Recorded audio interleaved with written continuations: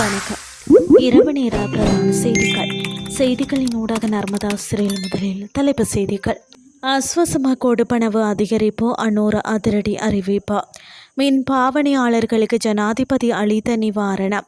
America சிவப்பு கோடுகளை தாண்டினால் ஏற்பட போகும் பேரழிவு, ஈரான் புரட்சிகர படை விடுத்துள்ள கடும் எச்சரிக்கை. இனி விரிவான செய்திகள். மத்திய கிழக்கில் ஏற்பட்டுள்ள போர் பதட்டம் காரணமாக நாட்டில் பொருட்களுக்கான விலை அதிகரித்துள்ள நிலையில் மக்களுக்கான நிவாரணங்கள் தொடர்பில் அரசாங்கம் பல தீர்மானங்களை மேற்கொண்டுள்ளது.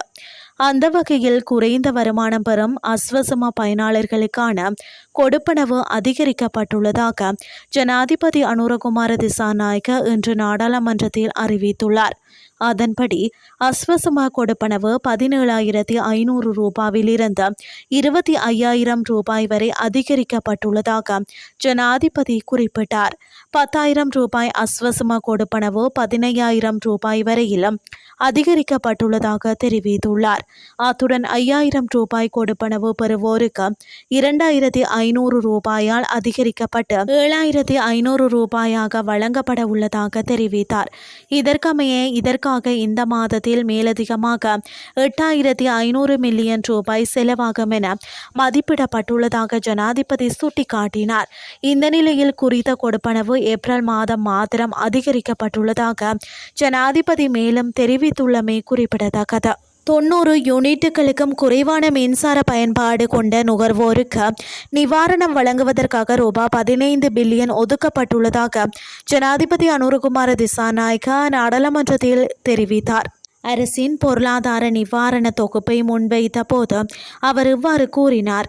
எரிபொருள் விலை உயர்வு மற்றும் நிலவும் வறண்ட வானிலை காரணமாக மின்சாரம் உற்பத்தி செய்ய அனல் மின் நிலையங்களை அமைப்பதால் ஏற்படும் கூடுதல் செலவை மின்சார நுகர்வோர் மீது சுமத்துவதற்கு பதிலாக 90 யூனிட்டுகளுக்கும் குறைவான மின்சார பயன்பாடு கொண்ட நுகர்வோருக்கு நிவாரணம் வழங்கும் பொருட்டு தொடர்புடைய மேலதிக செலவை 3 மாத காலத்திற்கு அரசு ஏற்க முடிவு செய்துள்ளதாக ஜனாதிபதி தெரிவித்தார்.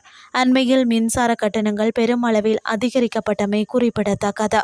இனி வெளிநாட்டு செய்திகள். அமெரிக்க இராணுவம் சிவப்பு கோடுகளை தாண்டினால் எங்களின் பதிலடி பிராந்தியத்தையும் தாண்டி செல்லும் என்றும் அது அமெரிக்கா மற்றும் அதன் கூட்டாளிகளின் உள்கட்டமைப்புகளை குறிவைத்து பல ஆண்டுகளுக்கு பிராந்திய எண்ணெய் மற்றும் எரிவாயு விநியோகத்தை சீர்குலைக்கும் என்றும் ஈரானின் புரட்சிகர காவல்படை கடும் எச்சரிக்கை விடுத்துள்ளது.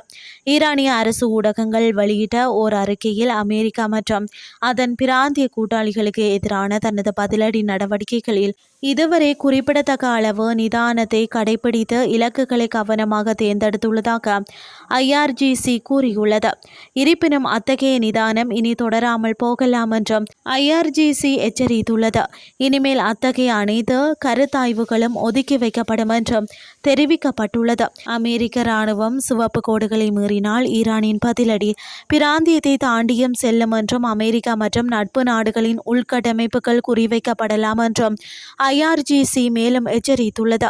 மேலும் ஈரான் பல ஆண்டுகளாக பிராந்திய எண்ணெய் மற்றும் எரிவாயு விநியோகத்தை சீர்குலைக்கக்கூடும் என்றும் பதட்டங்கள் மேலும் அதிகரித்தால் உலகளாவிய எரிசக்தி சந்தையில் ஏற்படக்கூடிய ஸ்திரத்தன்மை குறித்த கவலைகள் எழுந்துள்ளதாகவும் அது எச்சரித்துள்ளது.